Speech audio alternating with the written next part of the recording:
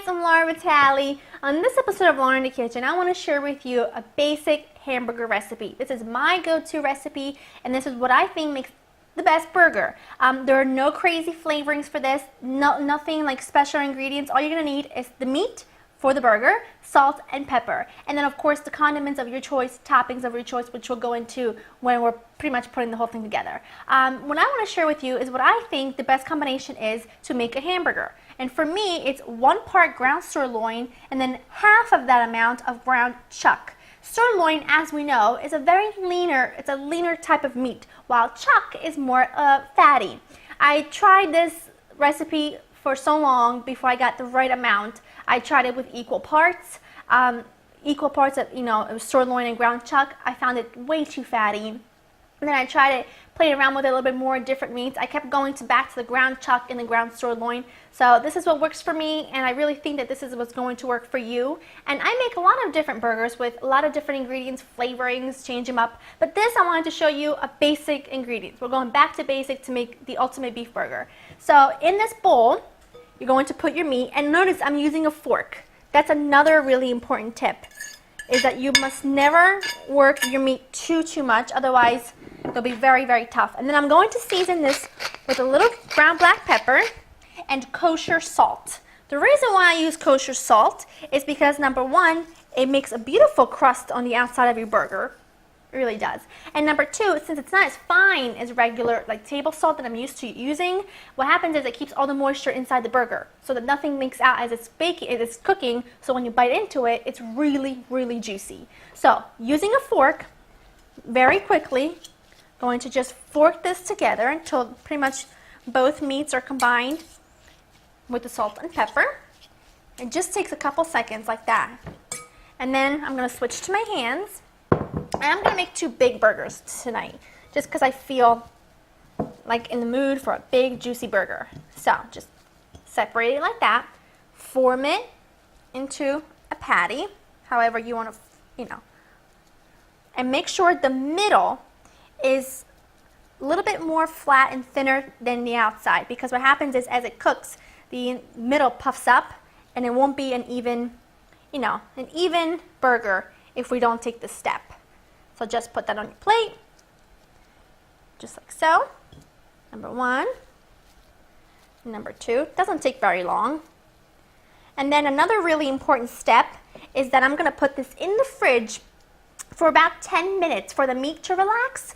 That way, because we've just handled it, if I were to cook it right now, chances of juices escaping are quite high. So if I put them in the fridge, what's gonna happen, it's gonna relax the meat, and then when we grill them, we're going to ensure that they're really nice and juicy. So I'm just going to cover these up and put them in the fridge. I took my burgers out of the fridge. They were in the fridge for about 30 minutes, and I left them out now for about 5 minutes to come to temperature a little bit before we put them on the hot grill that I have preheating here. And now I'm just going to drizzle them with a touch of olive oil so that they don't stick. Just do that on both sides onto the hot grill. And also, this is really important, once you put them on, don't keep flipping them. Flip them when you're just ready, when the bottom is done, and the top, you want the top to cook. Now, I like mine about medium, so I'm going to let them cook for about 3 minutes on each side, but it's up to you. Just cook them for as long as you want. If you want them cooked more, cook them longer. If you want to cook them a little less, then cook them less. Now, I grilled my burgers for 4 minutes on each side, and I melted just some good old American cheese on them, or in Italy as we call it, sottiletta. And I'm going to top mine with a little arugula, some red onions, some tomatoes. I'm not a condiment type person when it comes to my burgers. I don't like ketchup with my burgers. No mayo, no mustard. I just love the burger, because to me, it should be all about the burger. And since we use such good ingredients, it's going to be good. Now, one thing that makes me crazy is when you go to a restaurant and you get a burger and it's topped with iceberg lettuce.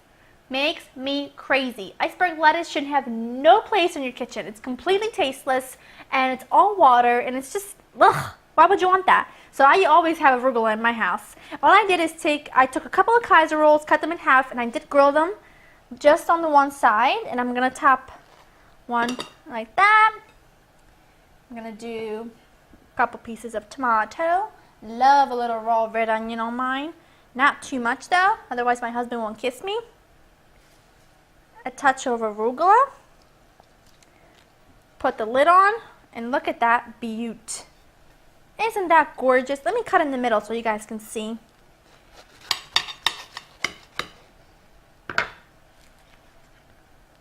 Look at the juice from that burger. Is that not perfectly cooked?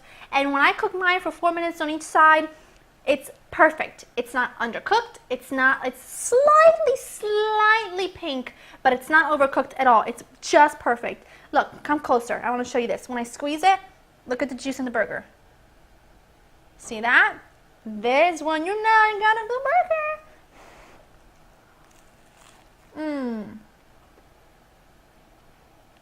Super. Really. So good. I love turkey burgers. I love all fancy kinds of like different burgers. But once in a while you had that craving where only a good old beef burger is going to do that trick. And this is a recipe for you. It's delicious and you're going to absolutely love it if you just follow these couple little tricks. I guarantee it. So to get this recipe and others, you know where to go. www.laurenkitchen.com. Look at me eyeing up the sandwich. I'm going nuts here. I'll see you next time. Bye.